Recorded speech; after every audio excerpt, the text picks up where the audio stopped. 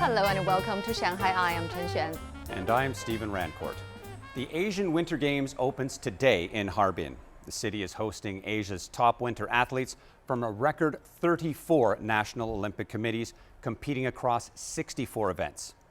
This year's event is a significant expansion. Nearly a third of them are new to the Asian Games. When I was there, posters, mascots, and countdown timers were reminding everyone of the Games' return to Harbin after nearly 3 decades.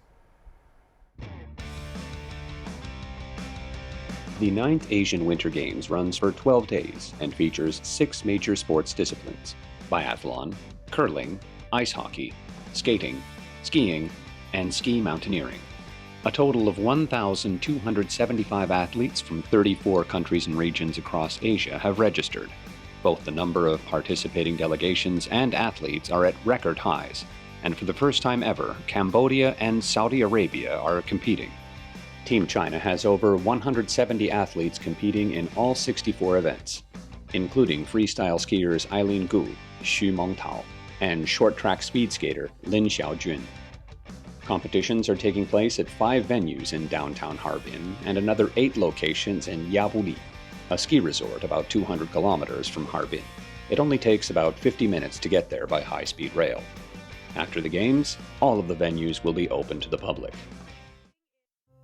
The Games are definitely taking Harbin's popularity to new heights. It was already a popular winter destination. I remember it was trending across pretty much all the socials last year. Exactly. Well, during the 3-day New Year holiday alone, the city actually welcomed more than 3 million visitors, generating nearly 6 billion yuan in tourism revenue. But the money spent during the recently concluded Spring Festival holiday was even bigger.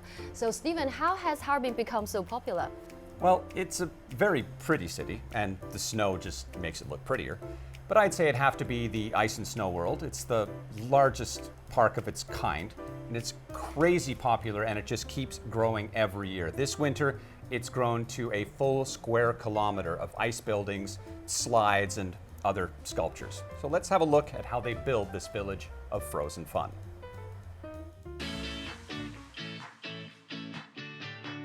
第26届哈尔滨冰雪大赛是在11月27号全面的进场施工开始建设。 After being in storage for nearly a year, 200,000 cubic meters of ice blocks harvested from the Songhua River last winter were transported to the site.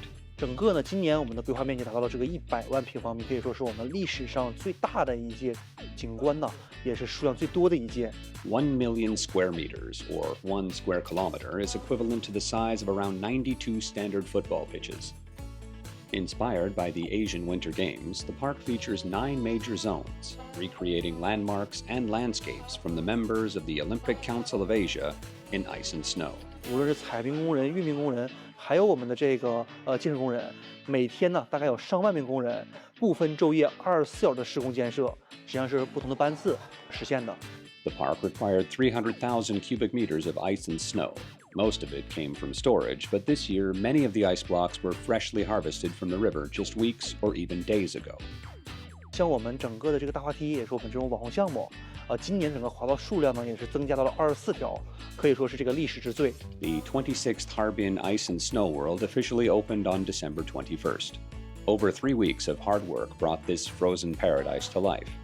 In just 15 days since its opening, the city of Harbin has seen a 21.3% increase in tourist arrivals compared to the same period last winter. Wow, that looks awesome. I think I'll plan a trip next year. Although we didn't get to witness the construction of the Ice and Snow World up close, they were obviously very busy, and they didn't need me and a crew wandering around their work site. We were fortunate enough to visit the International Snow Sculpture Art Expo on Sun Island, where we were able to see the construction and creation of some of the incredible snow sculptures there. Oh, the big snowman. I heard you got to watch them build that thing. Yeah, it's one of the major attractions in Harbin. I was lucky enough to grab an oversized chisel and give it a try. Didn't really feel like snow, you know? It's not, at least not snow how I remember it. It was as hard as ice. Let's have a look. Come to Harbin, they said. You can build a snowman. It's a big snowman.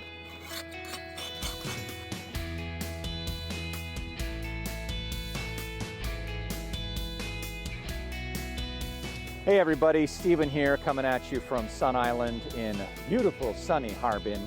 Right now I'm standing outside the Snow Sculpture Expo Park, and we've been granted a behind the scenes sort of sneak peek at what's going on in there. They're still building it. It actually takes several weeks to get it going, and while the park is open, they're going to continue sculpting the whole time. But remember, this is all weather dependent. So follow me as we go on in and take a look.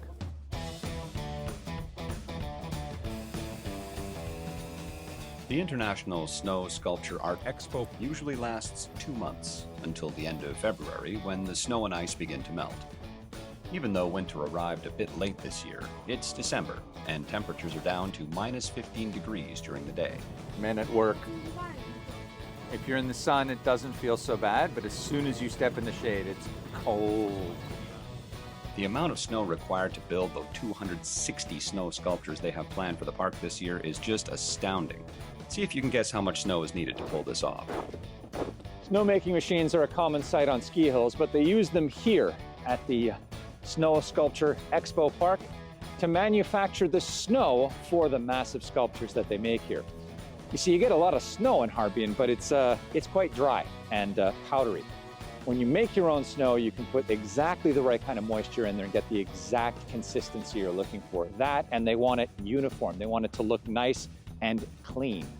So this massive water reservoir is what they use to make the snow. The water gets pumped through the pipes, through these hoses out here, and into the snowmaking machines where it's turned into a mist and then blasted out where it instantly freezes and turns into snow that can be gathered, compacted, and then turned into massive sculptures.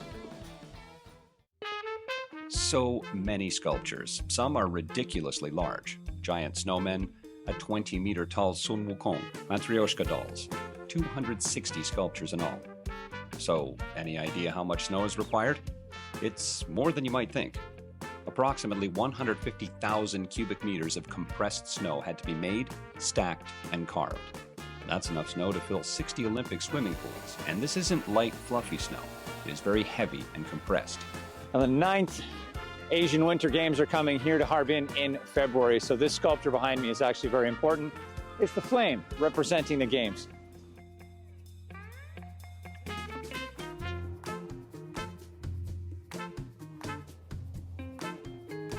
All right, so behind me, what's taking shape is the largest sculpture of the Snow Sculpture Park this year. So you can see they got some boards up there, and they're just ramming that snow down, making it really, really solid. Inside the park, trucks carrying snow keep coming and going. This is because the snow removed from one sculpture is hauled away and reused for another. Good snow doesn't go to waste. All right. Well, I've been given the opportunity to see what this snow feels like, so I'm gonna hop on in and do a little chiseling. Hey, 你好。然后在哪里？啊，这个边。在这边。好的。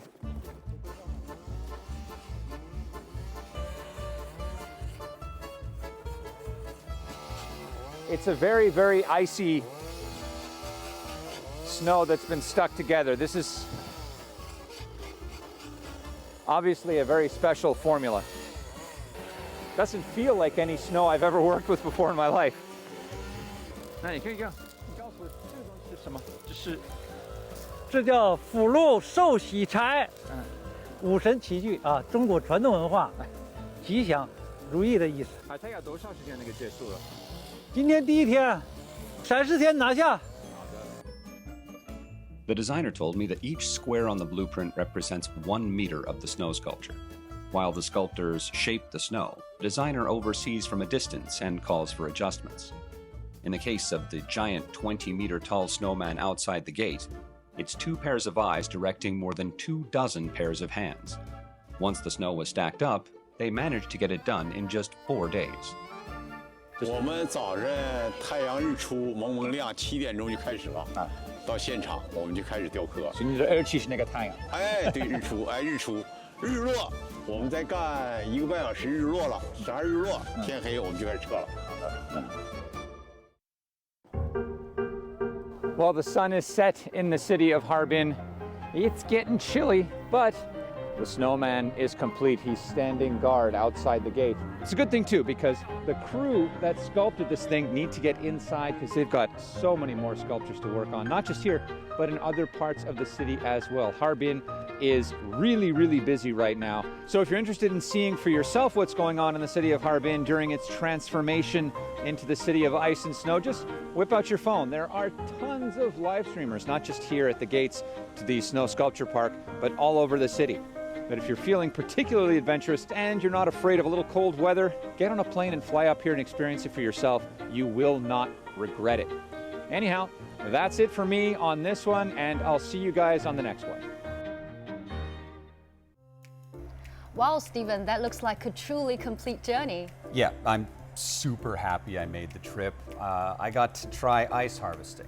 I got to try ice sculpting. I got to see the construction of part of the ice and snow world and the Snow Sculpture Expo Park. Plus, the people in the Northeast are just very, very warm and welcoming. Harbin's booming popularity didn't happen by accident. Well, we know you're from Canada, which is also a really cold country over there. So is there any ice and snow festival over there and the ice sculpture and ice themed parks? Yeah, I'm from Montreal, and there's the Quebec Winter Carnival, which has been going on since the 1950s. There are competitions, but perhaps not on the scale of Harbin. Ice sculpting isn't something you'd study at a vocational school either. You wouldn't be able to choose it in university as a major or anything like that, like you can in Harbin. You can go for an art degree, of course, and you can focus on sculpting, but not ice specifically. Besides Harbin, many other cities in China have been focusing on winter sports in recent years. And actually, right here in Shanghai, a southern city in China is now home to the world's largest indoor ski resort in Lingang Special Area. Well, after the close of the Asian Winter Games, some are wondering if Harbin will remain this popular.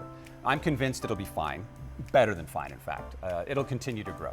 When a city becomes synonymous with something, the way Harbin is done with winter tourism, it gets woven into the fibers of the economy. The next year will be even bigger and better.